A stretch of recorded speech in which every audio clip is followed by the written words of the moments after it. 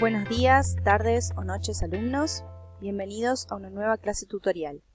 En esta oportunidad el tema es la traducción inversa, qué es y en qué casos la usamos. La traducción inversa es aquella que se lleva a cabo desde la lengua materna del traductor, en nuestro caso el español, hacia una de sus lenguas secundarias de trabajo, en este caso el inglés. ¿En qué casos usamos este tipo de traducciones? En primer lugar, para la práctica pedagógica. Como parte de la práctica pedagógica, la traducción inversa desempeña un papel importante en la formación de traductores profesionales y se complementa con las asignaturas de traducción directa y otras de tipo teórico o instrumental. La traducción inversa obliga al futuro traductor a plantear el proceso desde otro punto de vista, lo cual enriquece su perspectiva y comprensión de la lengua de origen cuando tiene que hacer una traducción directa. En segundo lugar, como herramienta de verificación. En este caso la llamamos back translation. El objetivo es comprobar el nivel de coincidencia entre una traducción y su original. De esta manera se pueden detectar errores de significado y omisiones. Al usar esta estrategia, buscamos reconstruir las ideas del original de la forma más fiel posible. Es muy común en el ámbito de la traducción médica. También es una estrategia empleada por los historiadores, por ejemplo cuando un documento original ha desaparecido y solo conservamos su traducción. Es muy conocido el caso de Mark Twain. Él escribió una novela que se tradujo al francés, se supone que con una calidad bastante mala, y entonces el autor, Mark Twain, para dar cuenta de todos los errores de traducción, hizo una traducción inversa desde el francés que dejó entrever los defectos de esa versión. Por último, cuando tenemos un encargo de traducción. De acuerdo a las últimas estadísticas, los principales encargos para este tipo de traducción son artículos académicos, abstracts, contratos, certificados, documentos económicos, folletos publicitarios, menúes de restaurantes. Así, la mayoría de los encargos recibidos se podrían clasificar dentro de una categoría de textos pragmáticos, con una tendencia a la especialización. Las temáticas principales serían economía, gastronomía, cultura y turismo, sobre todo turismo. Veamos ahora algunos problemas de la traducción inversa. La interferencia lingüística se da cuando dos lenguas entran en un contacto prolongado. La lengua fuerte invade a la más débil y ejerce su influencia en el campo de la sintaxis, la pragmática, el léxico. Como resultado, en nuestro caso el español influiría en la lengua meta, que sería el inglés. Se producirían calcos incorrectos, contrarios a la norma, costumbres de la lengua terminal. Veamos algunas características de la interferencia lingüística. Este fenómeno se manifiesta de diversas formas. Pueden aparecer falsos cognados, es decir, el uso de lexemas con formas parecidas entre las dos lenguas, pero que tienen significados diferentes, como actualmente y actually, que tienen significados diferentes, pero su forma, su grafía es muy parecida.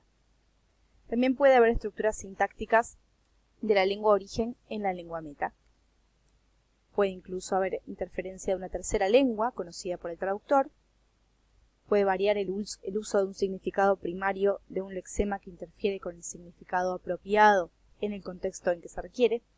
Y por último puede interferir el idiolecto del traductor, que incluye sus lectos regionales y sociales. Veamos ahora algunos de los ejemplos de errores más frecuentes en la traducción inversa. Estos ejemplos que vamos a ver fueron extraídos de un informe realizado por la Universidad de Catamarca sobre textos, panfletos y folletos del área de turismo, que es uno de los mercados que más demandan traducción inversa, como dijimos antes. El primer ejemplo, vemos que el uso de reserva, que se refiere a un territorio acotado jurídicamente para preservar su fauna y su flora, se traduce como reservation, pero en inglés tiene otra acepción, esta palabra, como zona delimitada para que vivan los indígenas, como por ejemplo la reserva de los navajos, etc. En el ejemplo número 2 encontramos el uso de un falso cognado, station, en lugar de season.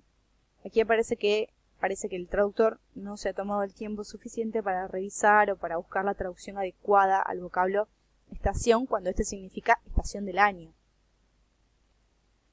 Veamos un caso parecido en el tercer ejemplo con el vocablo direction. En la traducción tratamos de transmitir ideas, no palabras. El término más apropiado en la lengua meta sería department, el cual es usado para designar las partes que conforman un gobierno, un organismo, una empresa, un hospital, etc. En este caso, entonces, podría haber sido una posible traducción Department of Anthropology. Para el cuarto ejemplo, nos remitimos al diccionario del español, que define a artífice como el autor o creador de cierta cosa. Por otra parte, el diccionario Webster define a artificer como a skilled or artistic worker or craftsman, de manera que no habría coincidencia entre la acepción de un término y el otro. En este caso, entonces, estamos ante otro falso cognado, una forma parecida de escritura, pero con un significado diferente. Veamos un ejemplo más que alude al título de un folleto, que en la lengua de origen se lee como un viaje directo al pasado. El contenido del texto invita a conocer las ruinas incaicas del Xincal, de Quimivil, ubicada en Belém, que fue habitado por los incas entre los siglos XV y XVI. Es un título que podríamos clasificar como metafórico. La versión del texto meta fue Straight Voyage to the Past. Straight Voyage to the Past. Pero esta no es la opción más apropiada, ya que con el empleo de la palabra voyage, cabe preguntarse si debemos tomar una embarcación para viajar al pasado. La lengua inglesa ofrece varios términos para la palabra viaje. El mismo diccionario Webster ofrece el siguiente ejemplo: a journey through time. La idea, en este caso, es la misma y conservamos la metáfora. Veamos a continuación otros ejemplos de errores típicos en las traducciones inversas. Uno de ellos es el uso de los artículos, que en inglés está más restringido. En el primer ejemplo, la opción correcta es la segunda. Knowledge is constituted by the available information in a particular time. El siguiente caso sería el uso de la voz pasiva, que puede resultar un tanto problemático. De los dos ejemplos, la opción correcta es, obviamente, washing and rinsing with normal mechanical action is recommended. Pero por cálculo lingüístico, muchos traductores pueden emplear la primera opción, que es incorrecta. Otro caso es el sujeto obligatorio en el inglés, el cual solo puede omitirse cuando se usa en coordinación, es decir, un mismo sujeto que coordina dos verbos. Por ejemplo, he cooked and washed the dishes. Pero nunca en caso de subordinación, como en este ejemplo. He told me when he came to Argentina. Si no podríamos elidir ese sujeto. Sería incorrecto. Algo a tener en cuenta es que, a diferencia del español, en inglés el orden de la oración es bastante rígido. Sujeto, verbo, objeto. No siempre, pero mayoritariamente. Otra cosa que pueden tener en cuenta son las colocaciones, las llamadas collocations. Consultar diccionarios de colocaciones, porque hay determinados verbos que se usan con determinados adverbios o adjetivos que solo modifican a sustantivos establecidos. También para observar el régimen preposicional típico de cada verbo. En el ejemplo que ven en pantalla pueden observar cómo el verbo deny se usa solo con algunos adverbios y determinadas preposiciones. También pueden observar estructuras de frases fijas que por convención se dicen de una manera y no de otra. Ocurre lo mismo en español. Otra cosa que pueden hacer es escribir en el buscador de Google, entre comillas, una frase que quieran controlar. De esta forma, el buscador les brinda solo resultados en los que se encuentre esa frase tal y como ustedes la buscaron, tal y como ustedes la escribieron. Y así pueden controlar qué tan frecuente es su uso. Esa es una muy buena herramienta.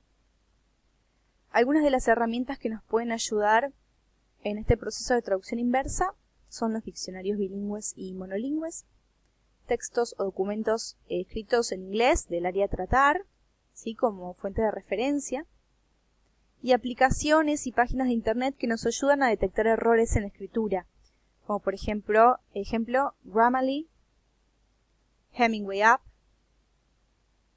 Language Tool, Estas herramientas varían en su función, pero básicamente detectan errores de puntuación, de sintaxis. A modo de conclusión, vamos a recordar que tanto en la traducción inversa como en la traducción directa, buscamos trasvasar ideas, no palabras. El texto debe ser expresado para un lector ubicado en un entorno cultural diferente. Espero que hayan disfrutado de esta clase tutorial. Recuerden realizar el cuestionario para obtener el presente. Que tengan una hermosa semana.